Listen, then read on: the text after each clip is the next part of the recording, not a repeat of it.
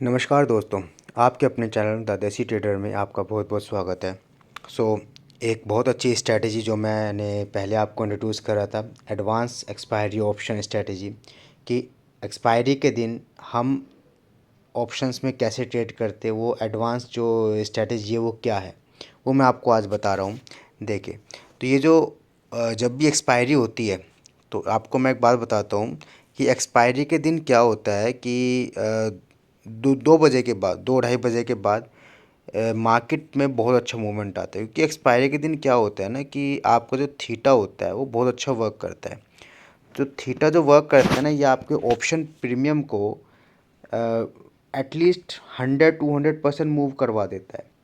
तो हमें बस इसी को हमें क्या करना है, इसको हमें यूज़ करना है। अब क्या होता है कि मैंने आपको बताया था पहले आपको कि भाई जब भी एक बार मैंने आपको पहले की स्ट्रैटेजी बताई कि 2 बजे हैजिंग बना लो।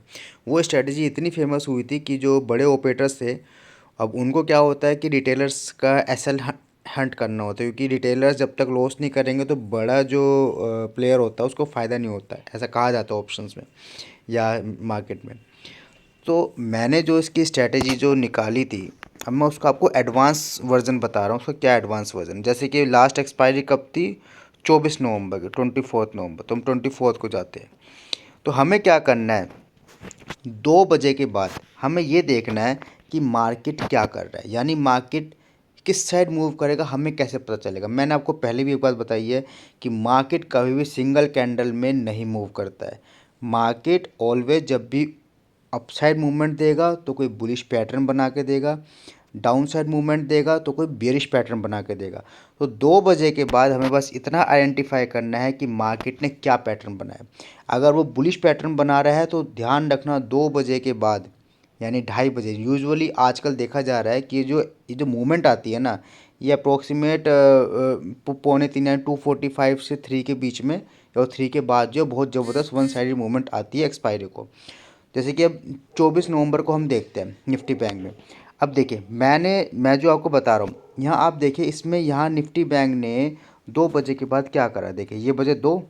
अब आप पूरे चार्ट को देखिए कि ये 2 बजे क्या कर रहा था। अब इसने क्या करा, यहाँ पर डब्लू पैटर्न बनाया है।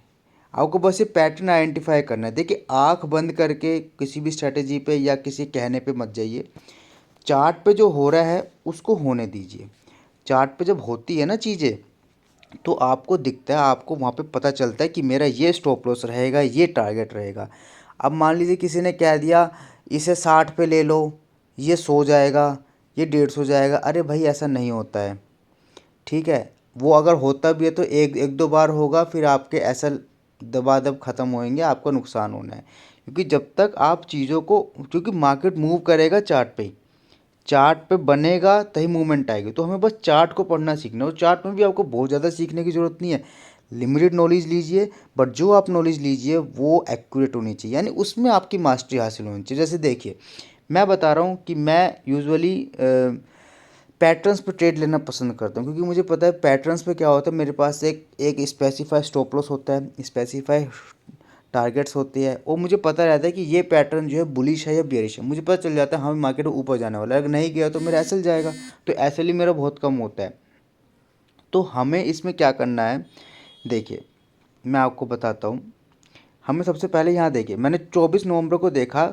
आप देखिए ये बज गया 2, यहाँ बज गया क्या टाइम, 2 बजे। 2 बजे के बाद आप देखो मार्केट ने क्या करा। अभी आगे का चार्ट आप भूल जाइए। यहाँ पे क्या कर रहा है मार्केट, ये देखिए, ये डब्लू पैटर्न नहीं बनाया यहाँ पे। डब्लू पैटर्न जब बनाया तो इसकी वीक भी देखिए क्रॉस हुई। जब इसकी वीक, इसकी नेक लाइन भी जब इसकी क्रॉस हुई है, तो अब मुझे पता चल गया कि यहाँ पे मार्केट को ऊपर जाना है। अब मार्केट ऊपर जाना है तो मुझे क्या करना है, कोई भी आप प्रीमियम ले लीजिए जो आपके फ़ंड के अकॉर्डिंग है। अगर आपका मान लीजिए 3,000, 4,000, 2,000 का भी फंड है, तो आप उसके अकॉर्डिंग उस टाइम पे आप प्रीमियम ले लीजिए। आपका जो भी पैसा आप लगाओगे एक्सपायरी के दिन, अगर आपने वो मूवमेंट को आइडेंटिफाई किया है तो आपका पैसा डबल ट्रिपल होना ही होना तय है, मूवमेंट एक्सपायरी वाले दिन। तो ये एक्सपायरी की खूबसूरती यही होती है। इसलिए एक्सपायरी पे इवनिंग ट्रेड जरूर लेना चाहिए, सेकंड हाफ वाला ट्रेड जरूर लेना चाहिए। अब देखिए, यहाँ पे डब्ल्यू पैटर्न बना है, और इसने क्या करा, डब्ल्यू पैटर्न बना के इसने इसको यहाँ पे देखिए यहाँ देखिए इसने इसको ये इसकी नेकलाइन को ब्रेक करा।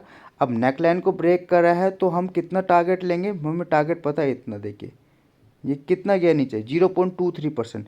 तो यहाँ से मार्केट 0.23% तो कम से कम जाना ही जाना चाहिए। तो देखिए मार्केट डिट्टो 0.23% गया, यहाँ से ये 0.23% गया और फिर उसके बाद वो ट्रेल हुआ है। और इसकी एक मैं स्ट्रेटेजी की आपको एक दूसरा तरीका बता देता हूँ।